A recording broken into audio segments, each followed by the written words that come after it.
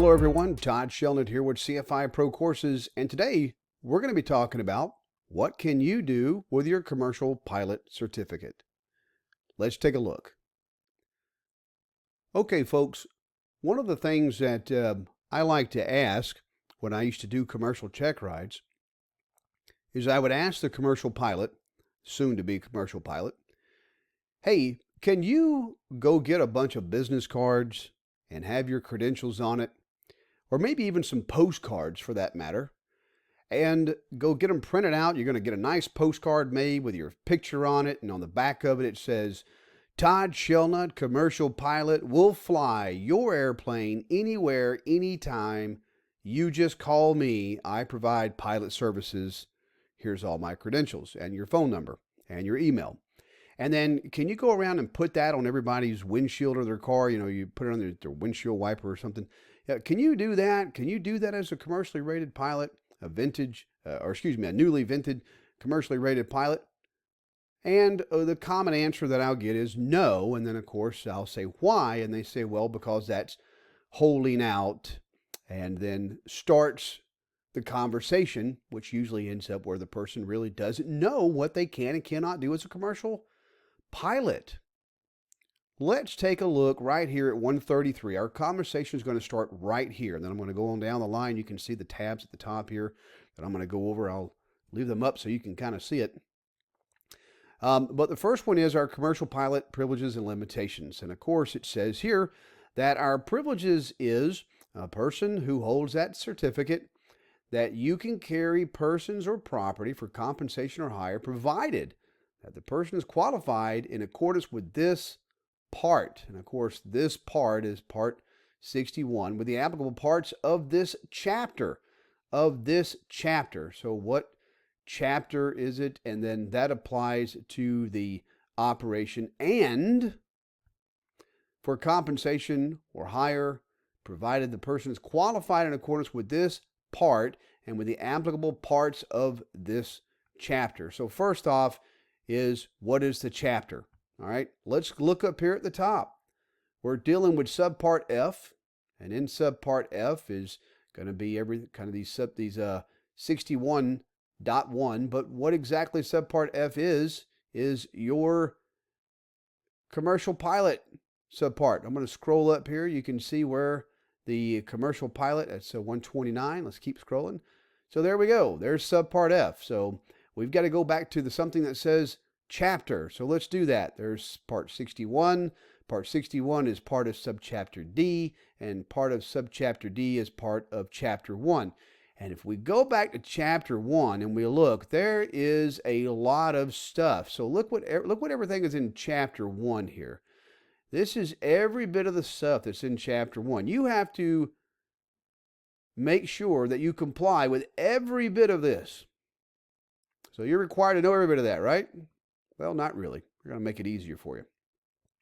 So I'm going to go back here to where I was before, because I want to make sure we stay on track here. So I want to go to subpart. Look in here, you can see right there 61 there. So I'm going to go subpart D, airman. And so I'm a subchapter D, and I want to go to subchapter D, and I'm going to go back to where I was. Actually, I think I was in the. Oh yeah, I know where I was. Goodness gracious, I'm getting old or something here, but it's 61 dot 129. So here we are, part 61, and then we can go down and click on the commercial pilots here, and we're back where we started from. Finally, Jesus Christ, I almost had a brain fart there. There's commercial pilot privileges and limitations. So now we understand, we've read it, and we understand what chapter means, what part means, and all that good stuff. But that still doesn't answer our question. So there is nothing else in here that gives leeway to where we have to go from here. So we have to go to the chapter, we have to go to the part which talks about commercial operations in general. And that's right over here, and it's called subpart A, part 119. Now, Part 119, what is its applicability? What does it do? What is Part 119 about? Well, it says this part, which is Part 119, applies to each person operating or intended to operate civil aircraft as an air carrier. Oh, I wonder what an air carrier is. Or a commercial operator. Ooh, wonder what a commercial operator is. Or both in air commerce. Ooh, wonder what air commerce is. We'll have to look at all those words, right? Or when common carriage is not involved, in operations of U.S. registered civil airplanes with seat configurations of 20 or more passengers, or a passenger maximum payload capacity of 6,000 pounds or more. Doesn't apply to that little sky chicken or the ACHA that you're flying, does it? Nope, it doesn't. So let's look at this. This part prescribes, and it goes in here and it talks about what makes this commercial operator and what type of commercial operations are not involved. And if we go down line by line of here, it talks about what this part prescribes and what the operator, must conduct in operations under this, that, and the other thing. But this down here at the bottom, paragraph E, is mostly important to you. All right, so what does it say here? It says, except for operations when common carriage, maybe we should talk about common carriage. Hey, you know what? It's on the list. We're going to talk about it right after this. Except for operations when common carriage is not involved, connecting with airplanes having a passenger seat configuration 20 or more, including require crew member 6,000 pounds. This part does not apply to what? Well, it doesn't apply to student instruction. So if you're doing a flight instruction flight, doesn't apply to you. I don't care that you have a commercial pilot. I don't care you're a flight instructor. Doesn't matter. Doesn't apply to you. Okay? Does not apply to you. Nonstop aerial tours, ferry or training flights, aerial work operations, which is all of those items there, to include power line and pipeline patrol. I have a lot of friends of mine that do that.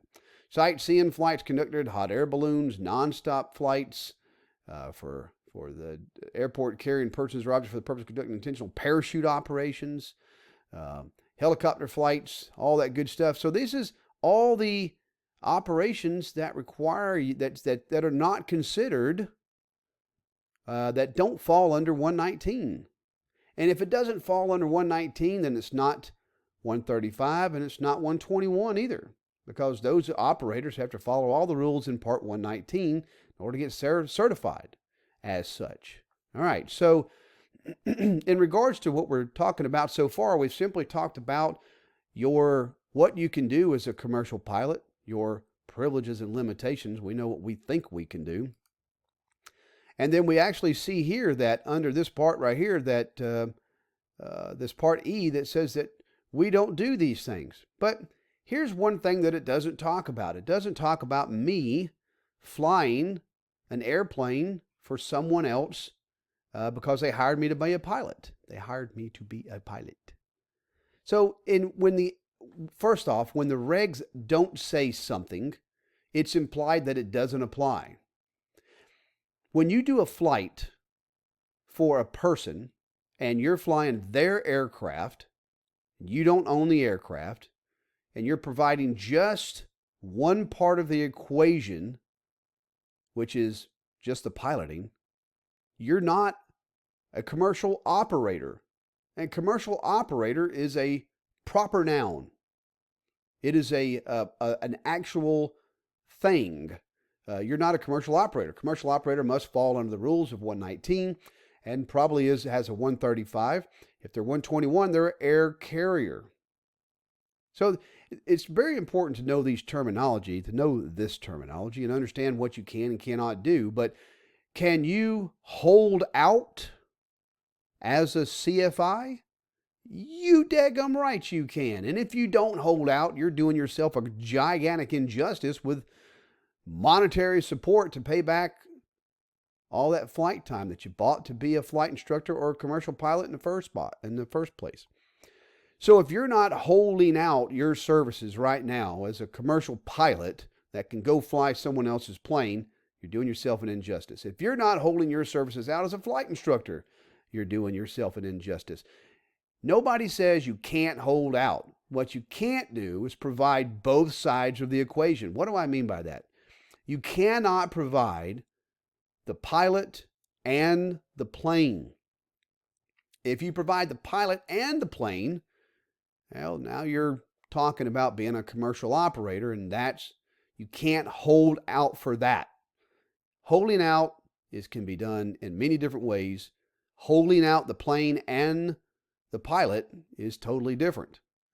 I commonly say in a lot of my training classes on this that you can pimp the pilot and you can pimp the plane, but you can't pimp them both because that's illegal, okay?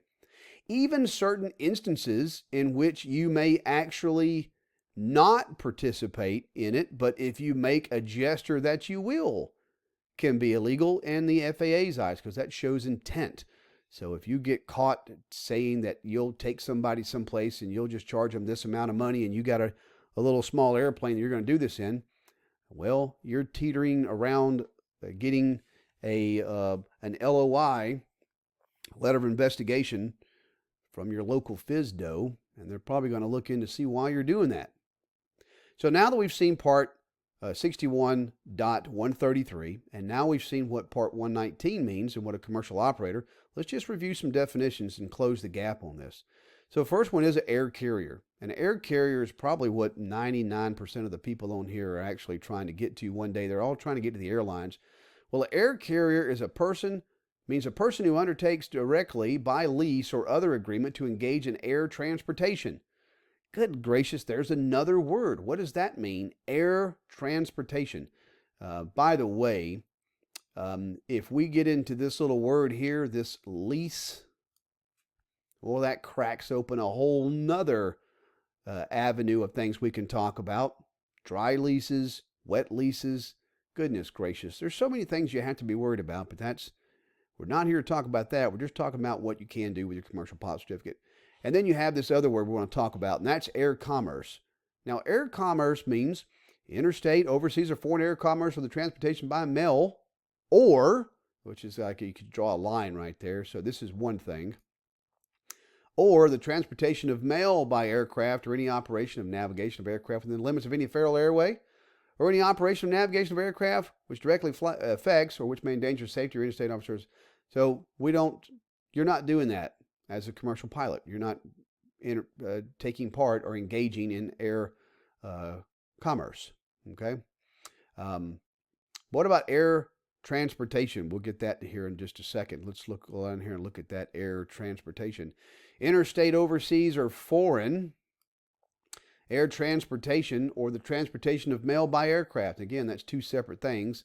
Interstate, overseas, or foreign air transportation, that's one, or the transportation of mail by aircraft. You're not doing any of that.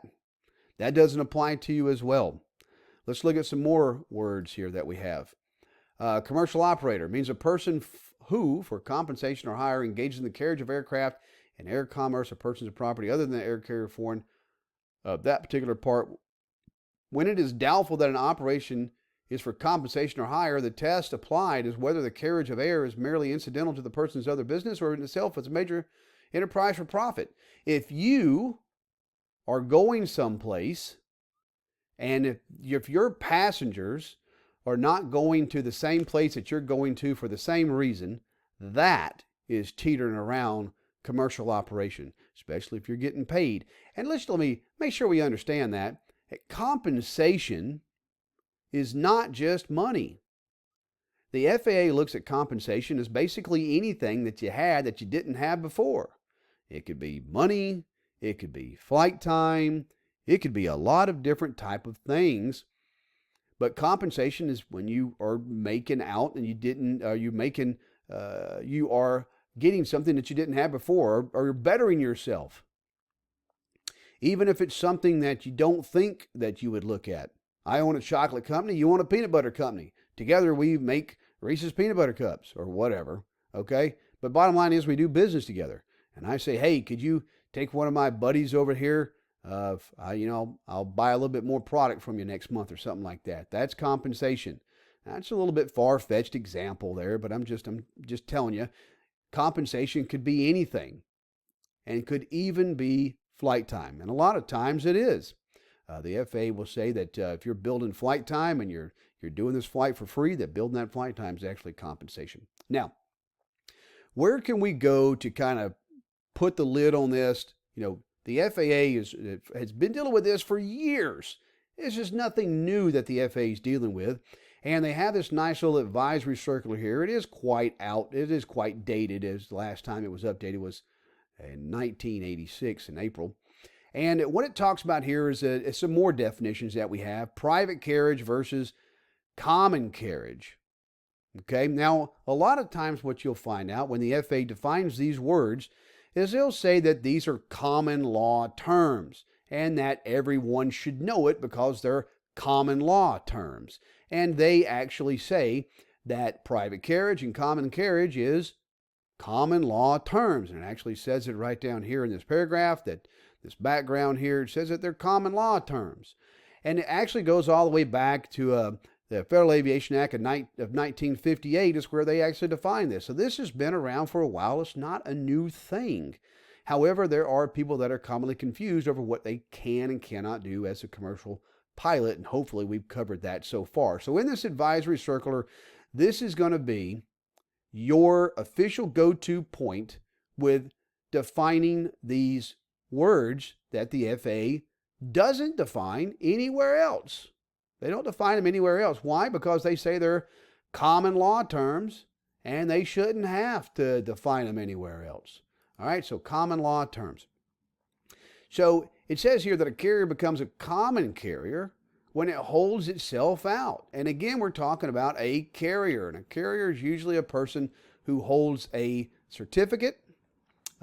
Usually we call them an operator or a carrier. But a person who is doing this is providing both services, the pilot and the airplane.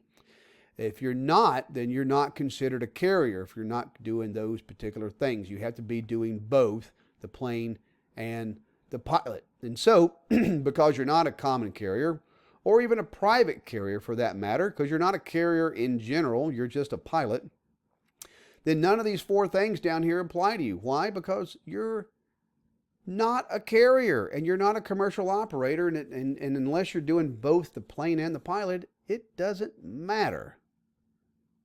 Yeah, it doesn't matter, okay? So don't get too confused in regards to all of this fancy vernacular. What we're trying to say is, and if you just listen to me on this one particular thing, it's two parts. One is, the first thing I said to you before, if you're only soliciting or holding out yourself, that's not illegal. Is that holding out? Yes. Is it holding out in the conversation words that most people use to talk about commercial operations? No, it's not, because they normally tie all those words together. If you're holding out and common carriage and for compensation or hire, no, that's not that's not what's happening. Your form or holding out is anytime you advertise. Because you're not a carrier and because you're not a commercial operator, you're more than welcome to hold out. And carriers are more than welcome to hold out, as long as they have that little certificate signed by the FAA hanging on the wall someplace. Anyway, this goes all the way down through here, and it talks about holding out, which again, it's good for you to know the definition, but just remember that what this definition, you can see by the AC is the 120 there. It's on air carrier stuff. It's not dealing with you. So this holding out, don't let it be confused with what you're doing versus what anyone else is doing. Can you hold out? Yes, you can hold out. It's basically saying, can you have a business card? Yes, you can have a business card. Can you put it on, give it to people and tell them you provide services? Yes, you can absolutely positively do that. So here's all the definitions here for this. And hopefully you'd spend some time looking over this advisory circular, and it would give you a little bit better insight to the definitions and words so you can talk a little bit better as a commercially rated pilot. Now, if you're teetering on the borderline here of whether or not you think that how much you need to pay for, well, here's another advisory circular, 61.142 or 61-142. And this is in accordance with 14 CFR 61.113 Charles. And this goes into a very fine detail about sharing the aircraft operating expenses. And the biggest terminology here that they share is pro rata. Pro rata share. And you just better make sure that the pro rata share is only for what they say in 113 Charlie should be the pro rata share, which is fuel and expenditures. You can't get stupid with it and say, well, it's my airplane, and my pro rata share includes my hangar rent. It also includes my reserve for my maintenance reserve for my engine replacement. No, that's not pro rata share. That's not in the definition. That's people making up stuff on the whim, and it doesn't apply. I'm hoping that this really actually helps you to get a little bit more, a little bit better at explaining what you can and cannot do. And if you don't think it is, and if you think it's a little bit convoluted, hey, post your comments down below. Thanks so much for joining me. Please take time to like, subscribe, and click that little bell for future notifications. I'm Todd Shunnett with CFI Pro Courses, and I look forward to seeing you at the airport one day, and maybe even one day on a check ride. Take care.